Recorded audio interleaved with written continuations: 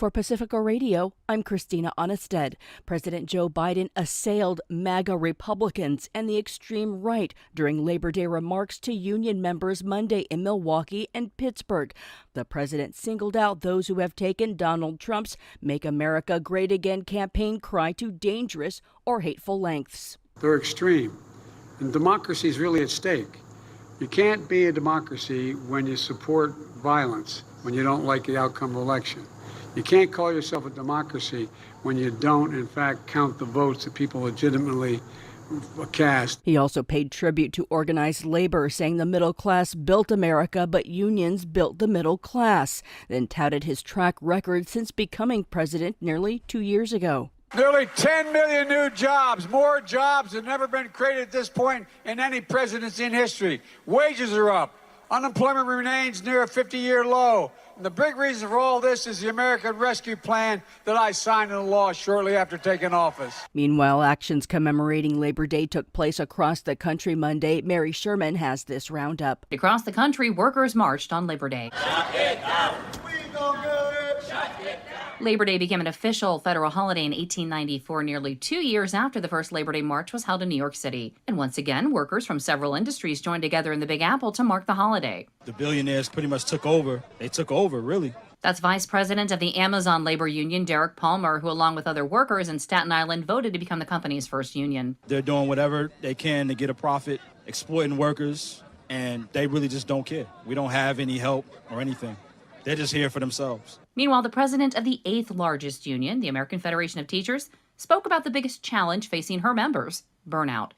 Randy Weingarten claims teachers don't feel respected and are being forced to bring politics into the classroom. When they can't teach the Diary of Anne Frank, you can't teach about Ruby Bridges, you can't answer questions of children, you have to be mass police. That has been what has created some of the burnout. And that's not parents, that's politicians. Nearly 40% of teachers surveyed by the union said they might quit in the next 2 years. A new Gallup poll found nearly 3 in 4 Americans approve of labor unions, a 57-year high.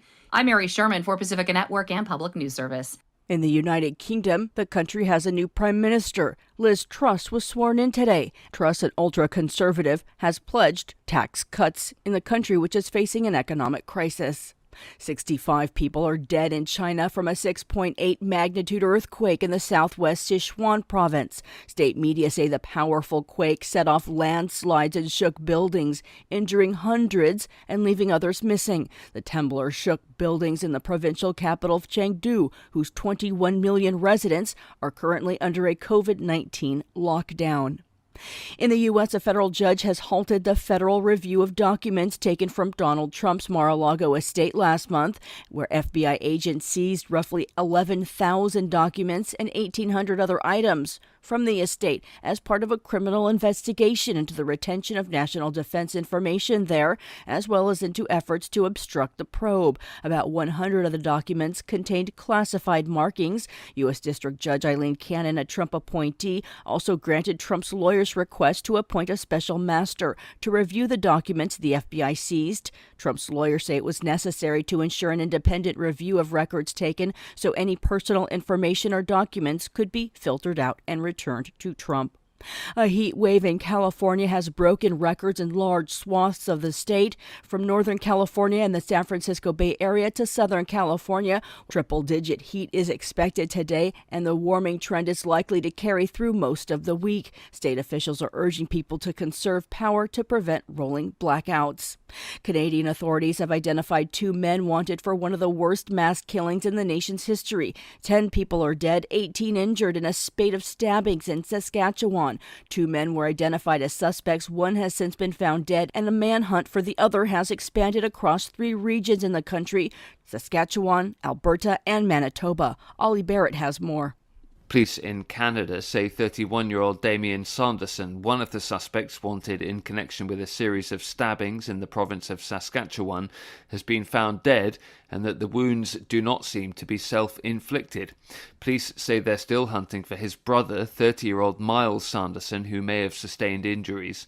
Rhonda Blackmore is commanding officer of the Saskatchewan Royal Canadian Mounted Police. But we do want the public to know this because there is a possibility he may seek medical attention. Even if he is injured, it does not mean he is not still dangerous.